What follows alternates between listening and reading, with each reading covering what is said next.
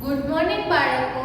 છેલ્લા વિડિયો લેક્ચરમાં આપણે પાર્ટ 1 મજાની ઇન્દ્રિયો પૂરો કર્યો હતો, પણ મેં તમને એમ કીધું હતું કે હું તમને આવતા લેક્ચરમાં અમુક સવાલો લખાવીશ અને તેમને સમજાવીશ. તો આજે આપણે જે સવાલો સમજવાના છે તે સવાલો હું સૌપ્રથમ બોર્ડ ઉપર લખીશ, ત્યારબાદ તેનો જવાબ તમને સમજાવીશ અને એ જવાબ હું અહીંયા બોર્ડ ઉપર લખીશ અને એ તમારે પોતપોતાના વર્ગકામના ચોપડામાં જોઈને લખવાનો રહેશે.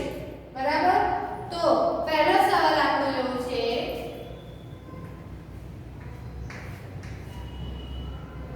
10 પ્રાણીઓના નામ 10 પ્રાણીઓના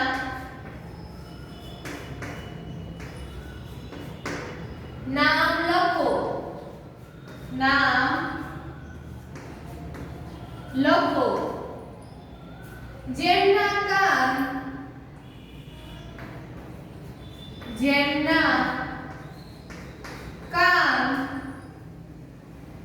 જોઈ શકાય છે. જોઈ શકાય છે. તો બાળકો, અહીંયા આપણને સવાલ એવો પૂછ્યો છે, સવાલમાં એવું કીધું છે કે 10 પ્રાણીઓના નામ લખો જેમના કાન જોઈ શકાય છે. તો અહીંયા આપણે એવા 10 પ્રાણીઓના નામ લખવાના છે કે જેમના કાન આપણે બધા જોઈ શકીએ છીએ. તો બાળકો, સૌપ્રથમ પોતપોતાનું મગજ દોડાવો અને વિચારો કે કયા 10 પ્રાણીઓ છે, એવા કયા આપણી આજુબાજુમાં ફરતા પ્રાણીઓ છે કે જેમના કાન હું જોઈ શકું છું અથવા તો આપણે બધા તેના કાન જોઈ શકીએ છીએ. તો વિચારો સૌપ્રથમ બધા.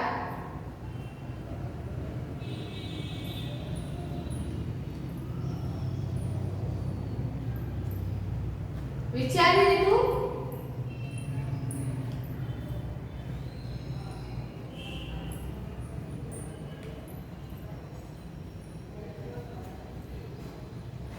તો હવે અહીંયા લખીશું જવાબમાં,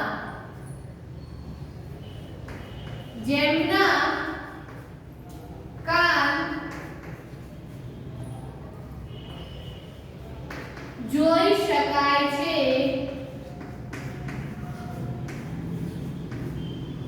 તેવા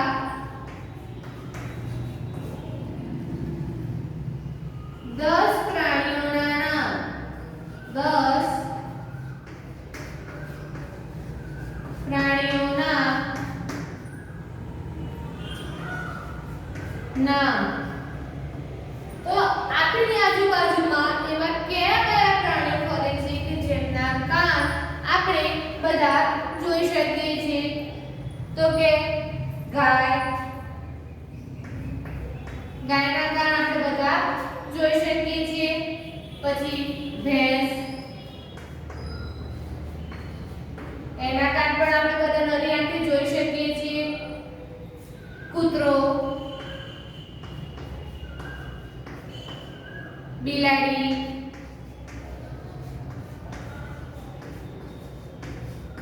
કૂતરાના કાન પણ આપણે નરી આંખે જોઈ શકીએ, બિલાડીના કાન પણ આપણે જોઈ શકીએ. ઘોડો, ગધેડો, પછી સસલા,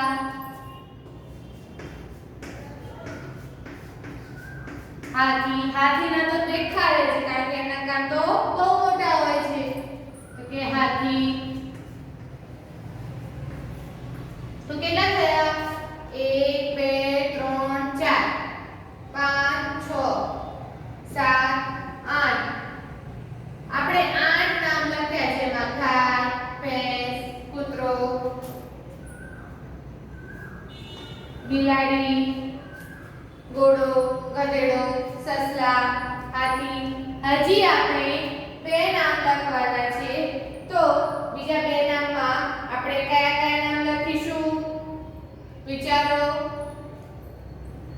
બીજા કયા પ્રાણીના તમે કાન જોઈ શકો છો?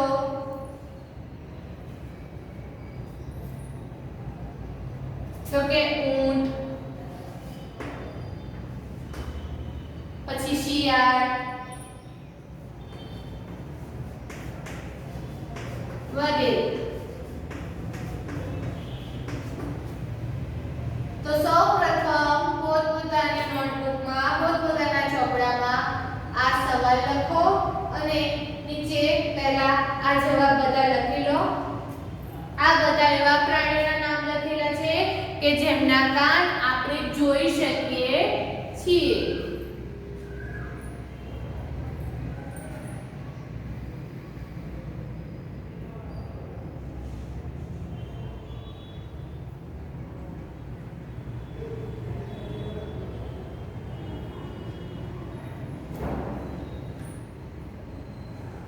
બરાબર.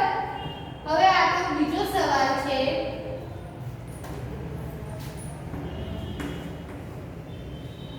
કેટલાક એવા પ્રાણીઓના નામ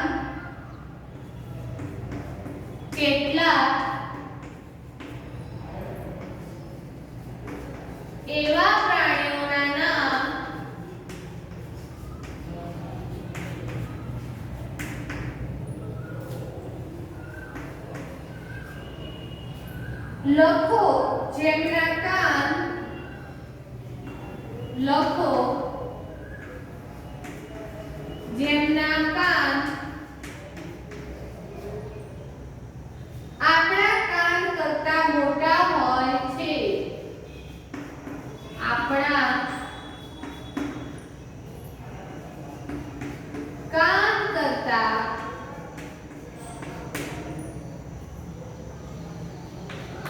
મોટા હોય છે.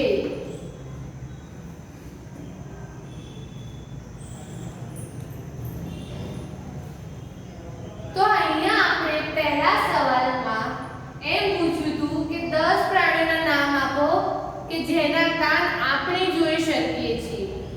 જેના કાન આપણે જોઈ શકીએ છીએ.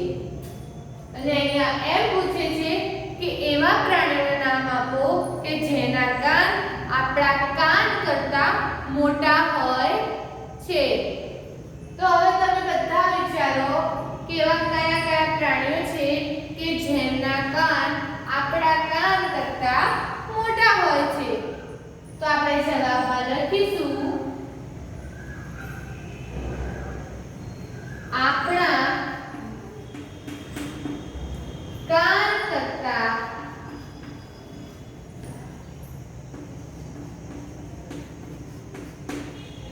મોટા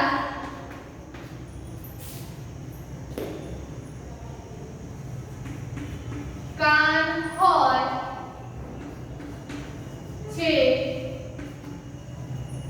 તેવા પ્રાણીઓના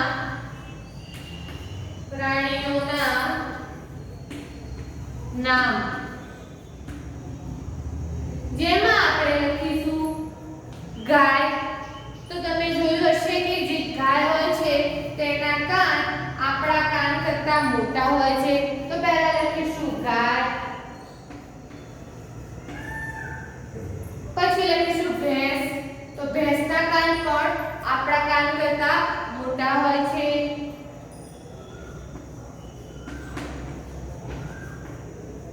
આ ગાય અને ભેંસ તમને રસ્તા પર ફરતી પણ જોવા મળશે બાળકો. જો ખબર ના પડે તો એક વખત એમના કાન જોજો. તેમના કાન આપણા કાન કરતા પણ મોટા હોય છે. પછી લખીશું બકરી, સસલું,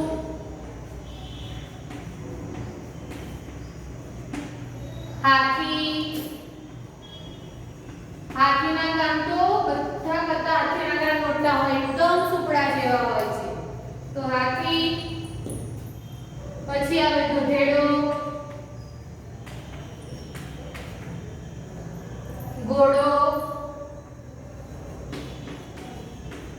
વગેરે. તો આ બધા જે પ્રાણીઓ છે એમના કાન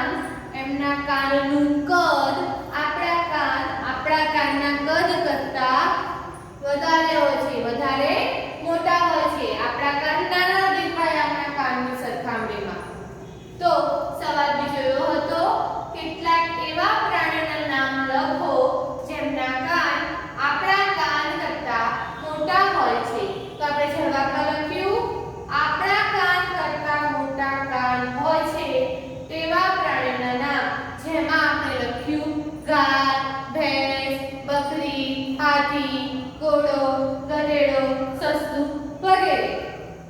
તો હવે આ બીજો સવાલ લખો અને એની નીચે જવાબ લખો.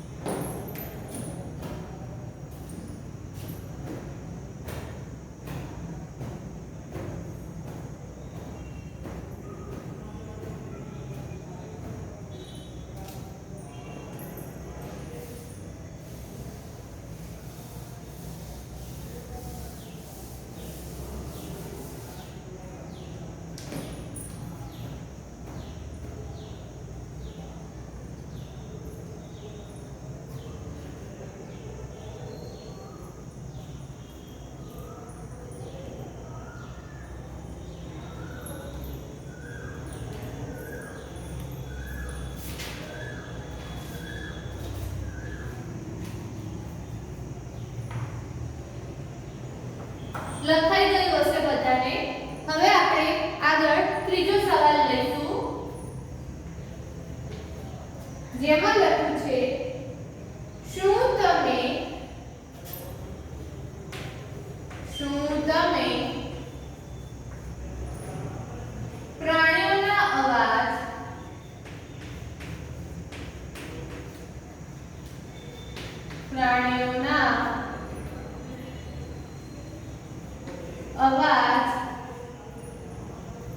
સમજી શકો છો?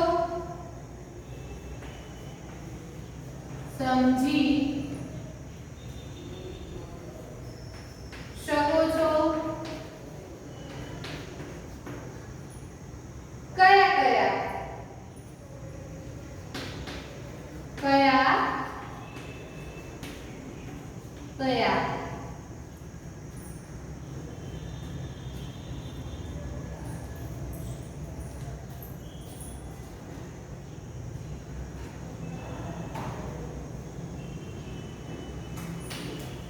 તો હવે ત્રીજો સવાલ આપણને એમ પૂછે છે કે શું તમે પ્રાણીઓના અવાજ સમજી શકો છો?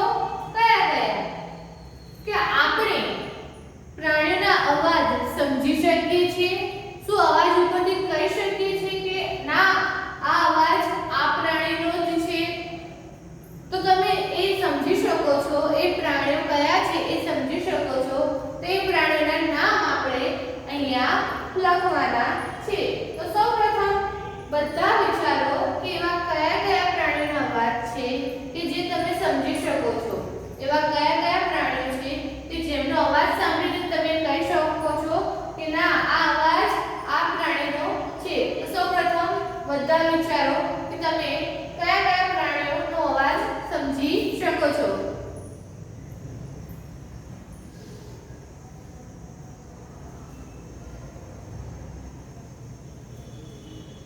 વિચાર્યું? તો આપણે જવાબમાં લખીશું હું અમુક પ્રાણીઓના અવાજ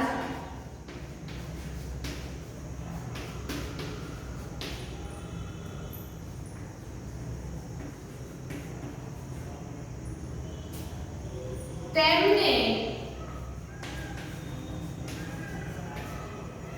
જોયા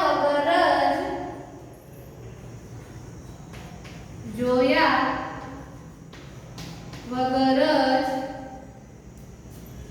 સમજી શકું છું.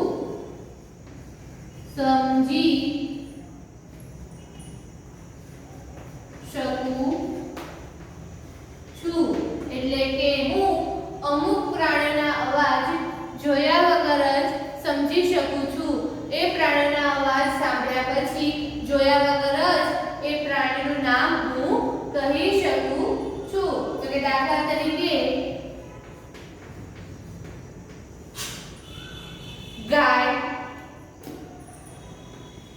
ગાય જ્યારે બોલતી હોય, ભલે આપણે જોઈ ના હોય, જોતા ના હોય, ઘરમાં બેઠા હોય ને પાર ગાય બોલે તરત જ આપણને મગજમાં ગાયનો ફોટો આવશે, તરત જ આપણને ખબર પડશે કે ના આ ગાય બોલી રહી છે. બીજું આવશે ભેંસ.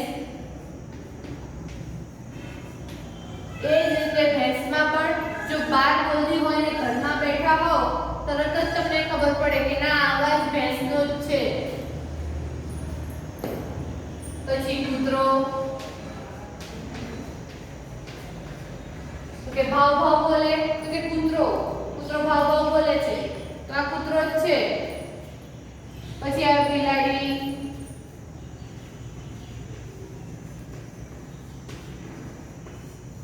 તો કે મ્યાઉ મ્યાઉ બોલી રહી છે, તો કે આ બિલાડી જ છે, બીજું કોઈ નહીં હોય. એ જ રીતે ગધેડા.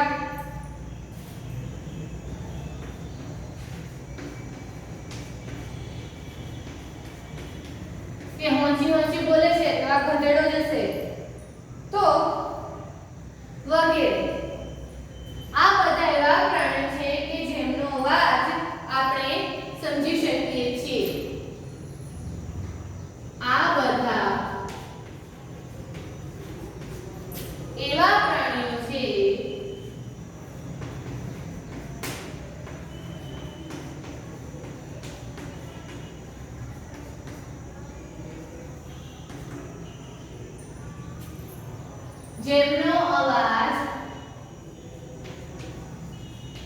જેમનો અવાજ હું સમજી શકું છું. હું સમજી શકું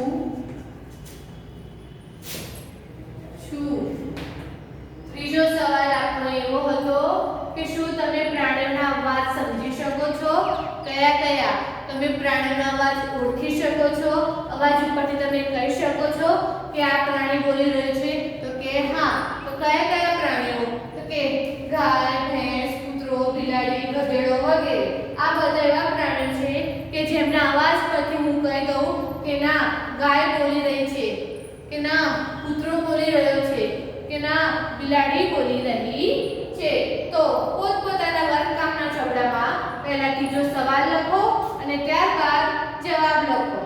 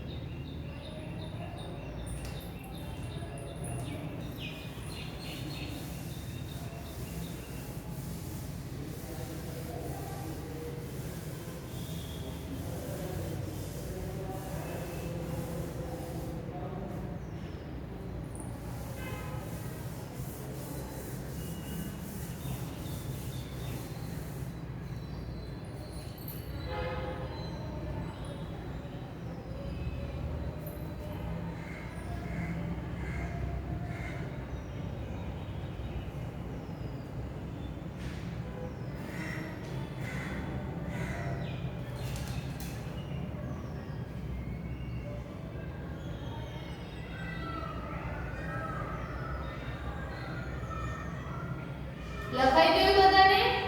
તો હવે આગળ ચોથો સવાલ.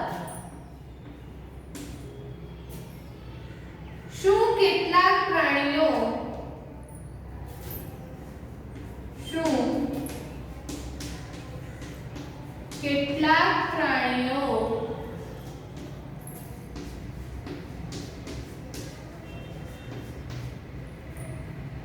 તમારી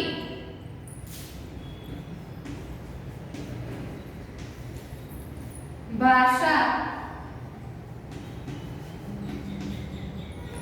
સમજે છે?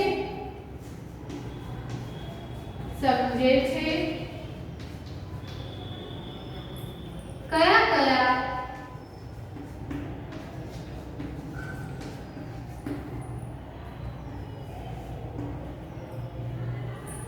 તો મિત્રો આપણને ત્રીજા સવાલમાં એમ પૂછ્યું હતું કે તમે કોઈ પ્રાણીઓનો અવાજ સમજી શકો છો, કોઈ પ્રાણીઓની ભાષા સમજી શકો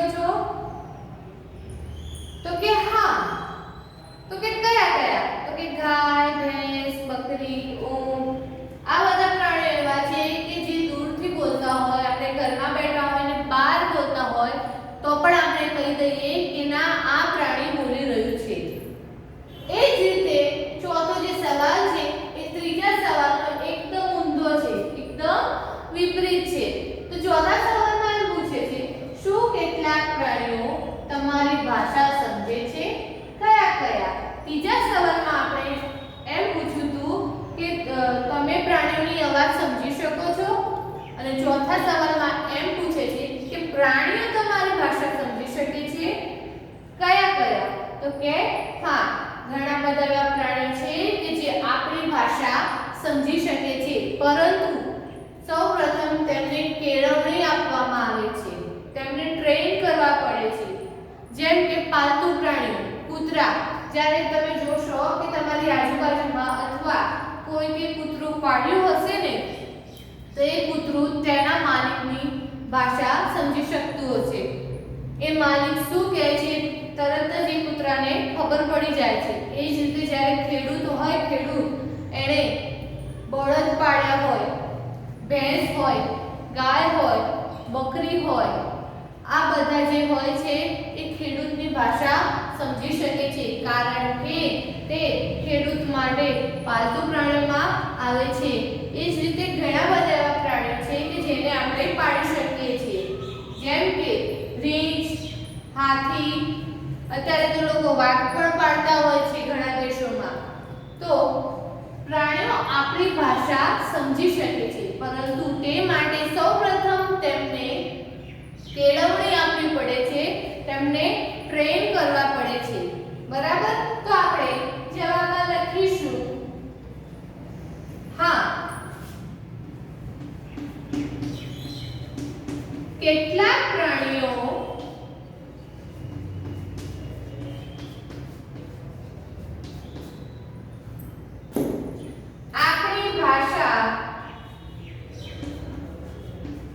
આપણી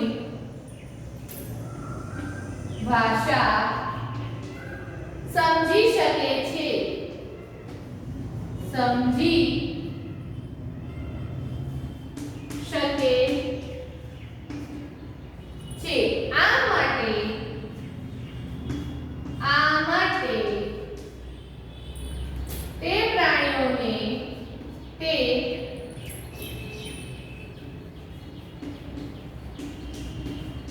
પ્રાણીઓને કેળવવા પડે છે, એટલે કે પાળવા પડે છે. કેળવવા પડે છે. કૂતરાને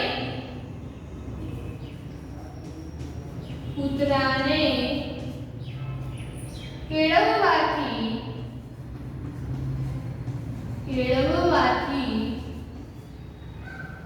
તે આપણી ભાષા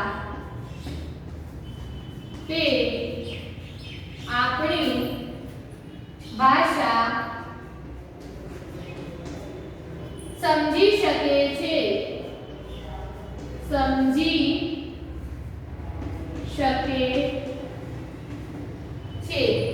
એ જ રીતે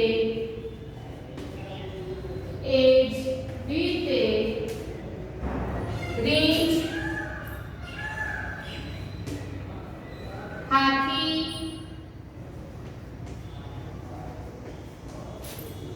ગાય,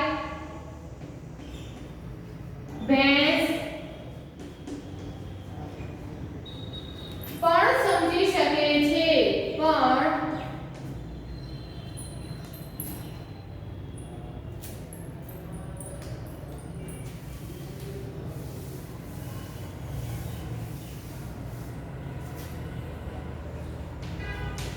સમજી શકે છે. તો અહીંયા આપણો ચોથો સવાલ એવો હતો કે શું પ્રાણીઓ આપણી ભાષા સમજી શકે છે? તો કે હા, પ્રાણીઓ આપણી ભાષા સમજી શકે છે, પરંતુ એના માટે એમને કેળવવા પડે છે. આમાં એવા પ્રાણીઓ આવે કે જે પાલતુ હોય, આપણે જે પ્રાણીઓ પાળીએ છીએ એ પ્રાણીઓ આપણી ભાષા સમજી શકે છે. છે. તો સૌપ્રથમ હવે ચોથો સવાલ તમારે નોટબુકમાં તમારા ચોપડામાં લખો અને ત્યારબાદ નીચે આ જવાબ લખો.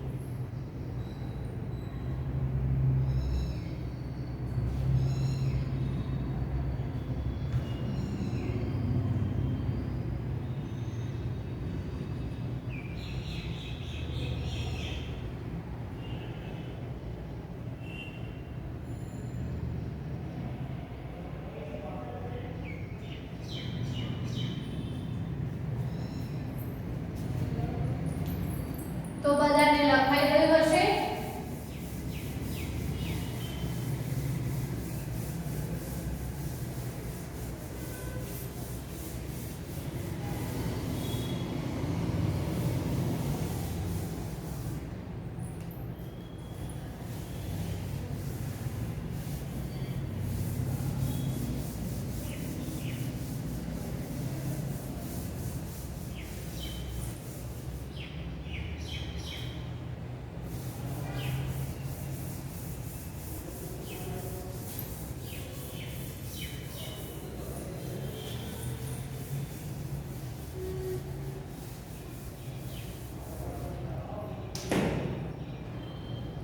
તો હવે આપણો આગળનો જે પાંચમો સવાલ છે એ સવાલમાં પૂછે છે, એવું લખે છે કે ભારતમાં આપણા દેશમાં રાષ્ટ્રીય ઉદ્યાનો તથા અભયારણ્યો બીજે ક્યાં આવેલા છે? રાષ્ટ્રીય ઉદ્યાનો અને અભયારણ્યો એટલે કે જ્યાં આગળ અલગ પ્રાણીઓ રહેતા હોય, પક્ષીઓ રહેતા હોય, પરંતુ અભયારણ્યમાં એવું હોય કે જંગલમાં જે રીતે બધા પ્રાણીઓ હોય એવું ના હોય. અભયારણ્યમાં કોક એક પ્રાણી કે બે પ્રાણી એવા હોય કે જેની સંખ્યા ત્યાં આગળ વધારે જોવા મળે, જેને અભયારણ્ય કહેવામાં આવે છે. તેની માહિતી એકઠી કરો અને અહેવાલ લખો. તો અહીંયા પાંચમો સવાલ એવો છે, ભારતમાં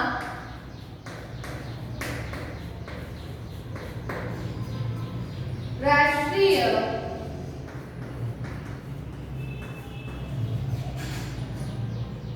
ઉદ્યાનો તથા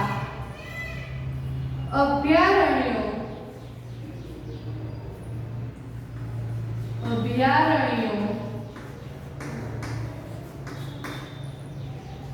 બીજે ક્યાં આવેલા છે? બીજે ક્યાં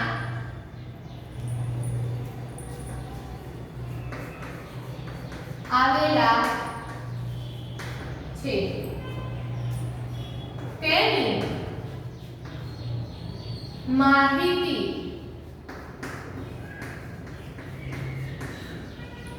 એકઠી કરો અને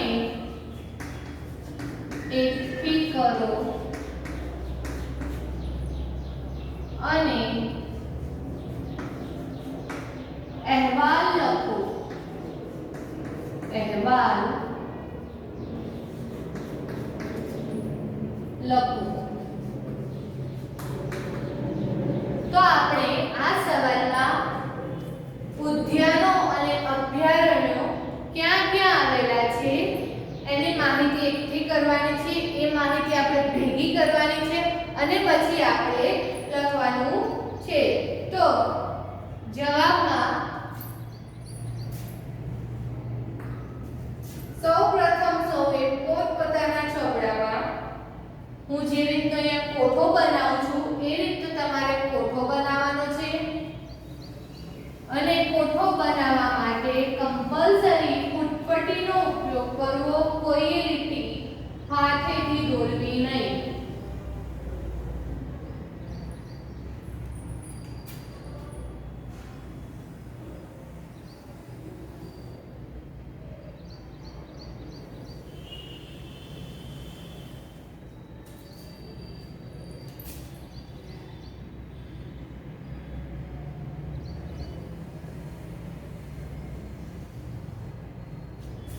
સૌપ્રથમ પોતપોતાના ચોપડામાં આ રીતે કોઠો બનાવો.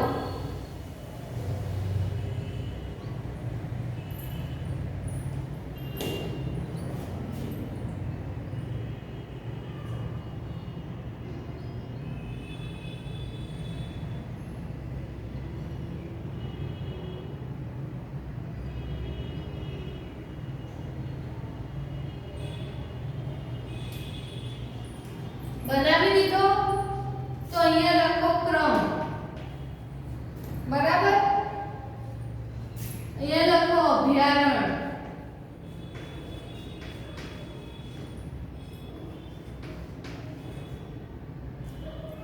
અહીંયા લખો વન્યજીવો.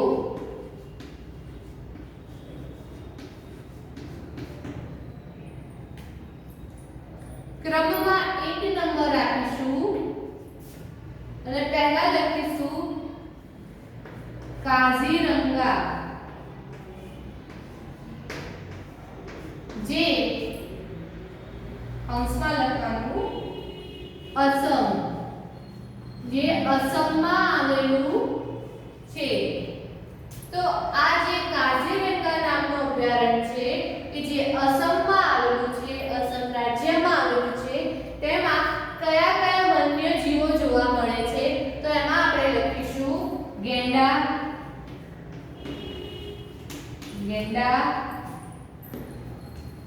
જંગલી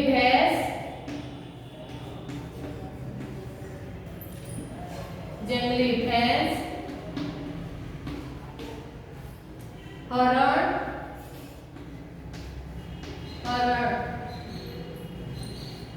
તો જે આ પહેલું આપણું અભયારણ્ય છે કાઝીરંગા નામનું, જે અસમમાં આવેલું છે, તો તેમાં કયા કયા વન્યજીવો જોવા મળે છે?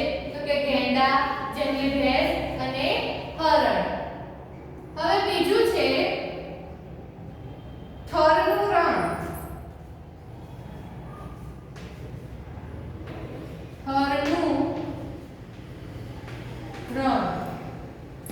જે રાજસ્થાનમાં આવેલું છે.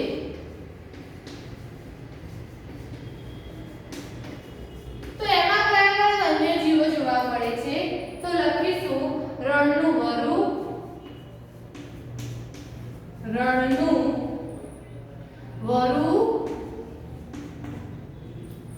રણની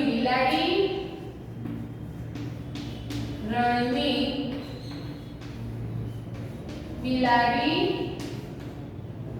અને ઘોરાડ. મિત્રો, આ બધા જે પ્રાણીઓના નામ આવે છે તમે નોટિસ કર્યું હશે કે આ બધા એવા પ્રાણીઓના નામ છે કે જે આપણે આપણી આસપાસ જોઈ શકતા નથી. ત્રીજું છે કાન્હા, જે મધ્યપ્રદેશમાં આવેલું છે.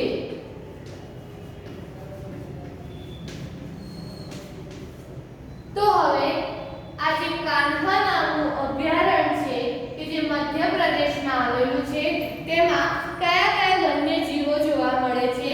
તો એમાં આપણે લખીશું વાઘ અને સાબર. બરાબર. ચોથું છે ગીર રાષ્ટ્રીય ઉદ્યાન. ગીર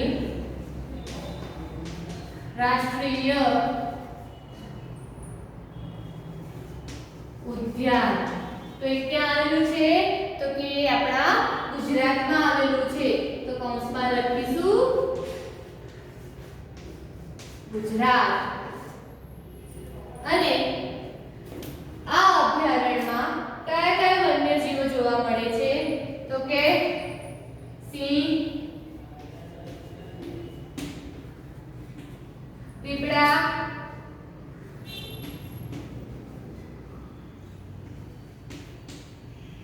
ચિત્તર. બરાબર. ત્યારબાદ પાંચમું આવે છે વેળાવદર,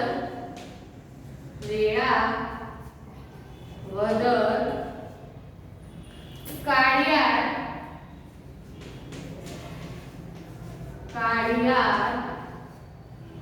રાષ્ટ્રીય ઉદ્યાન. આ પણ મિત્રો ગુજરાતમાં જ આવેલું છે, ગુજરાત. તો આમાં કયા કયા વન્યજીવો જોવા મળે છે તો કે કાળિયાર,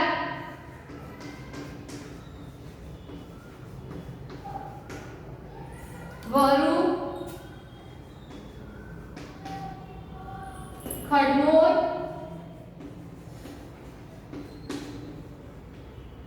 અને ગોરાડ. તો સૌપ્રથમ પોતપોતાના ચોપડામાં આ રીતે કોષ્ટક બનાવીને જે મેં લખાયું છે એ પહેલા તમારા ચોપડામાં લખી લો.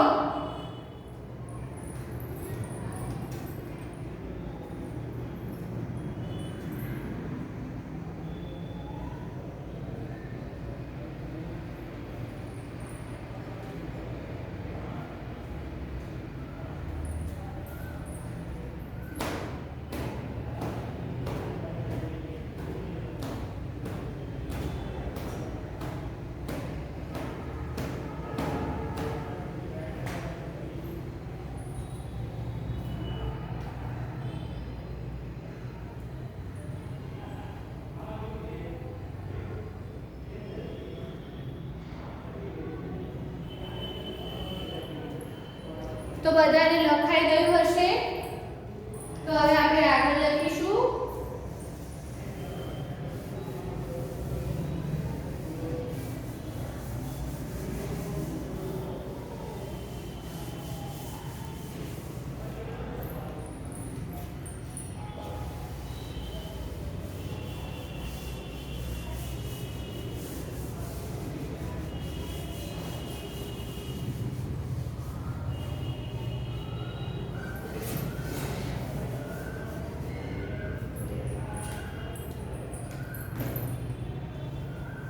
તો આમાં આપણે નંબર 6 આપીશું.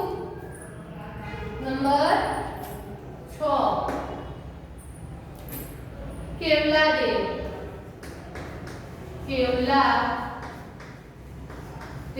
તો ક્યાં આવેલું છે કે ભરતપુર, રાજસ્થાન. ભરતપુર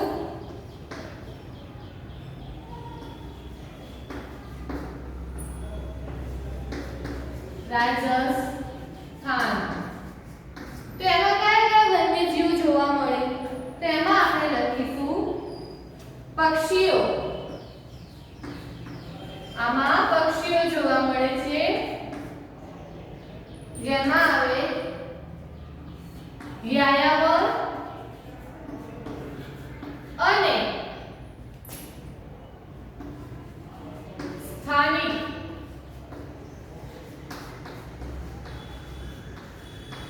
બરાબર. હવે ત્યારબાદ છે સાતમું બાંદીપુર.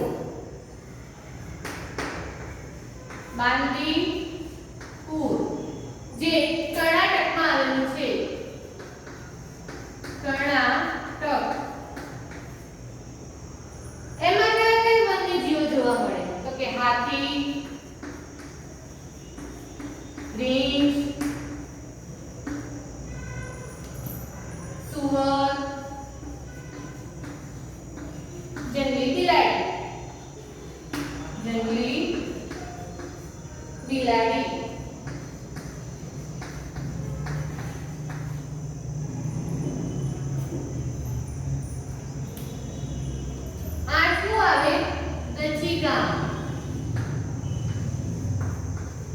પછી ગામ જે આવ્યું છે કાશ્મીરમાં, જે આવ્યું છે કાશ્મીરમાં અને જેને ધરતીનું સ્વર્ગ કહેવામાં આવે છે. ધરતીનું સ્વર્ગ એટલે કાશ્મીર. તો એમાં કયા કયા પ્રાણી જોવા મળે? તો કે હામૂર, કૌંસમાં લખજો કાશ્મીરી હરણ, જેને હામૂર કહેવાય.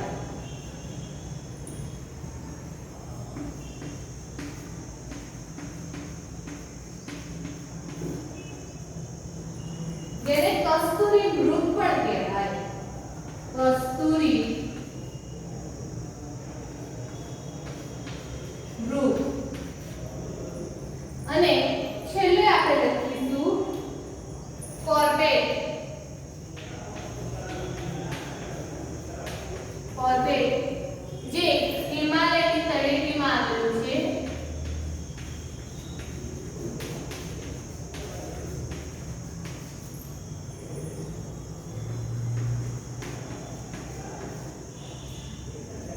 એમાં કયા કયા વન્યજીવો જોવા મળે? તો કે વાઘ, હાથી, દીપડો, હરણ.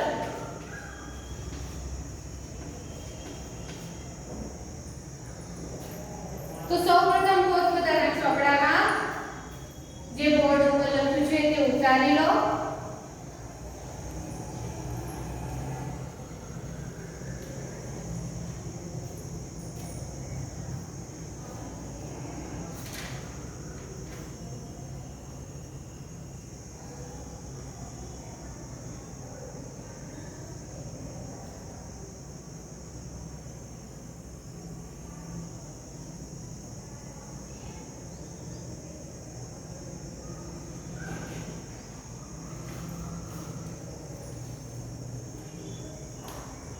તો બધાએ લખી દીધું હશે.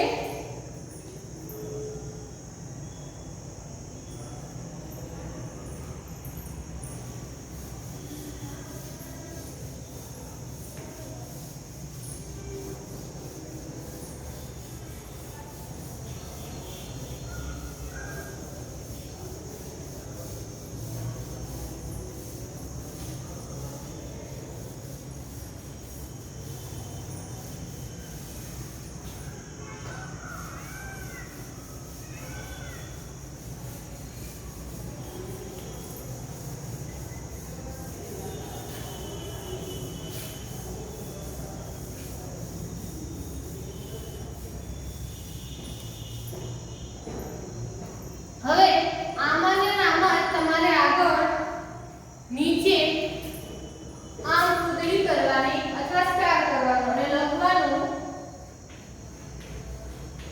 ગુજરાતના રાષ્ટ્રીય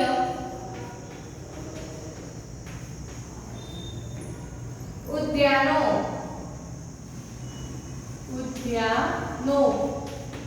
પહેલો કોઠો હતો એ ભારતનો હતો. હવે બીજો છે એ આપણા ગુજરાત રાજ્યનો છે. તો હવે એમાં પણ આપણે એક કોષ્ટક બનાવીશું જે તમારે પોતપોતાના ચોપડામાં દોરવાનું રહેશે. મારી સાથે દોરતા જાઓ.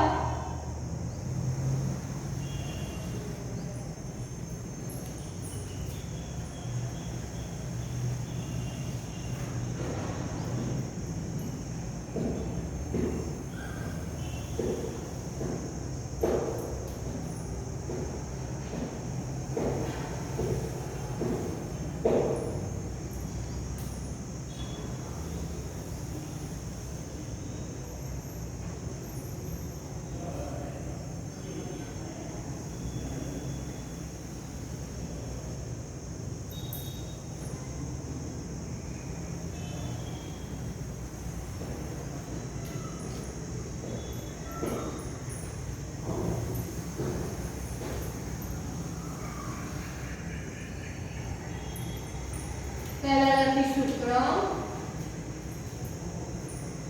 પછી રાષ્ટ્રીય ઉદ્યાન,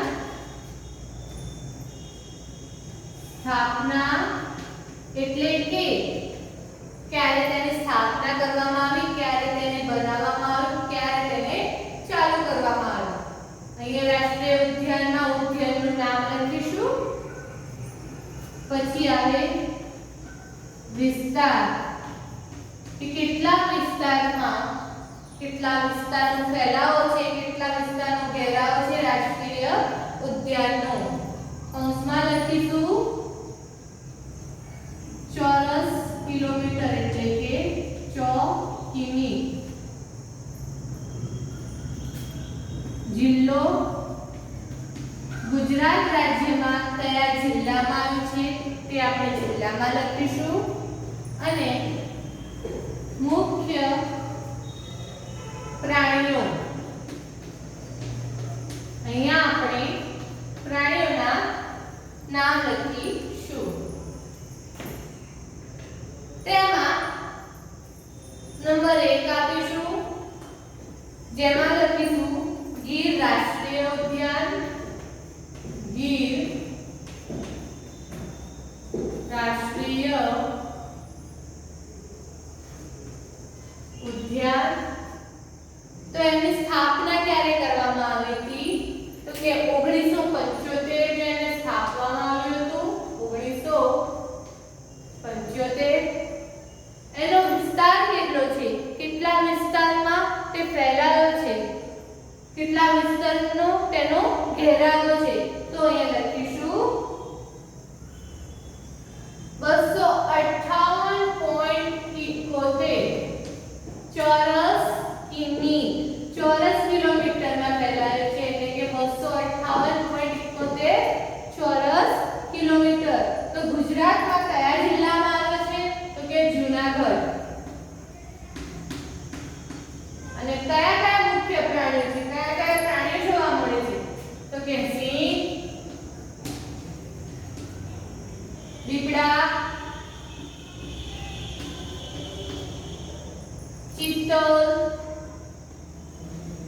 ચિત્તલ એટલે કે ચિત્તા, જરખ, સાબર,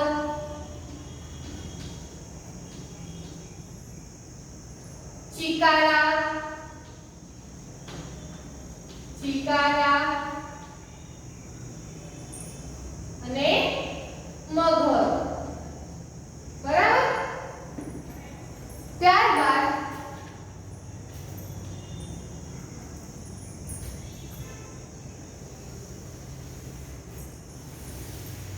બીજું આપેલું છે કાળિયાર રાષ્ટ્રીય ઉદ્યાન. કાળિયાર રાષ્ટ્રીય ઉદ્યાન. તો ક્યારે સ્થાપના કરવામાં આવી એની? તો કે 1976 માં. કેટલા ચોરસ કિલોમીટરનો ઘેરાવો છે એનો? તો કે 34.08. કયા જિલ્લામાં આવ્યું છે? તો કે ભાવનગર. અને કયા કયા પ્રાણીઓ છે અંદર? તો કે કાળિયાર, વરુ, ખડમોર અને ઘોરાડ.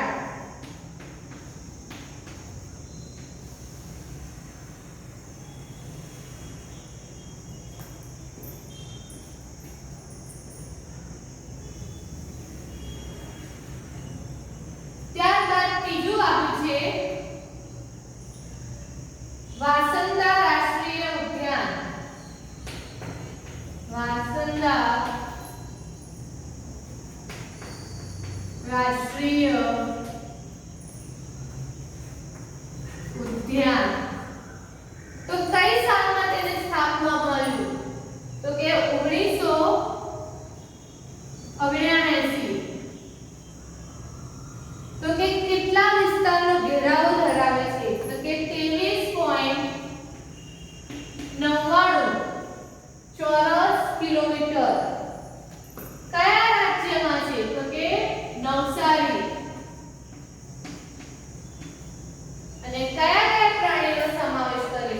દીપડા,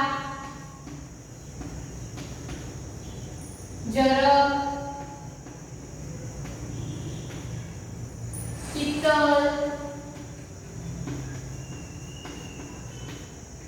અને ચૌસિંગા.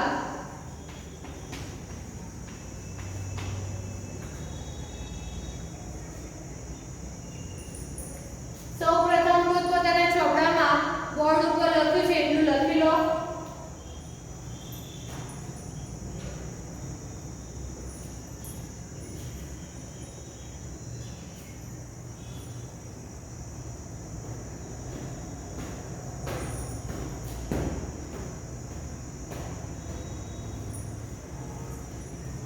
ઉપરના બે તો બધાને લખાઈ ગયા છે, તો હું ઉપરના બે ભૂસી દઉં છું એટલે આપણે છેલ્લું જે ચોથા નંબરનું છે એ આવી જાય.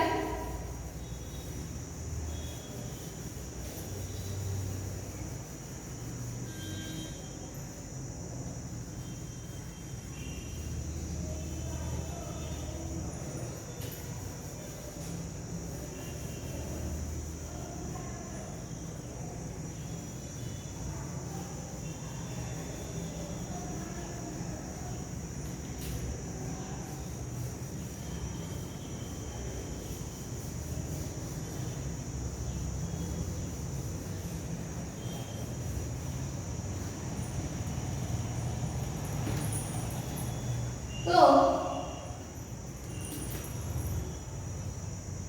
છેલ્લે ચોથું આપણને આપેલું છે દરિયાઈ રાષ્ટ્રીય ઉદ્યાન. દરિયાઈ રાષ્ટ્રીય ઉદ્યાન. તો કે કઈ સાલમાં સ્થાપવામાં આવ્યું? તો કે 1982. અને કેટલા વિસ્તારનો ઘેરાવો ધરાવે છે? તો અહીંયા લખીશું આપણે 162.89 ચોરસ કિલોમીટર. 162.89 ચોરસ કિલોમીટરનો ઘેરાવો ધરાવે છે. તો કે કયા જિલ્લામાં આવ્યું છે? તો કે કચ્છનો અખાત અને જામનગર. બરાબર. અહીંયા જો એ બે રાજ્યો તમને આપ્યા, બે જિલ્લાઓ આપ્યા છે રાજ્યના, કચ્છનો અખાત અને જામનગર. તો એમાં કયા કયા પ્રાણીઓનો સમાવેશ કરવામાં આવ્યો છે? તો લખો સમુદ્રી ઘોડા, સમુદ્રી ઘોડા,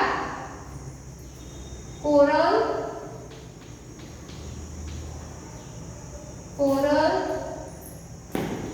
જેલી, જેલી એટલે ખાવાની જેલી નહીં હો, દરિયામાં જેલી આવે છે, જેલી ફિશ,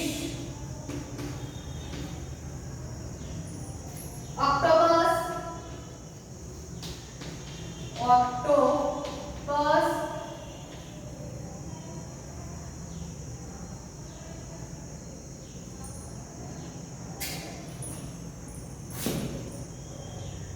oyster,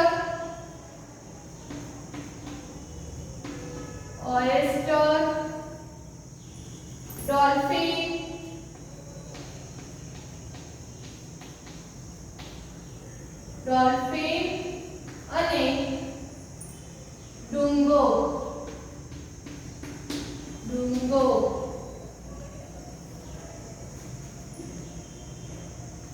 તો વિદ્યાર્થી મિત્રો, અહીંયા આપણો પર્યાવરણનો પહેલો પાઠ મજાની ઇન્દ્રિયો સંપૂર્ણપણે પૂરો. તમને પીડીએફ પણ અમે મોકલીશું. જો પીડીએફમાં આ લખાયેલા સવાલો આવતા હોય તો ને લખવાના, જે સવાલો લખાયેલા નથી એ સવાલો તમારે પીડીએફમાંથી જોઈને લખી લેવાના, પરંતુ બધાએ ફરજિયાતપણે લખવાના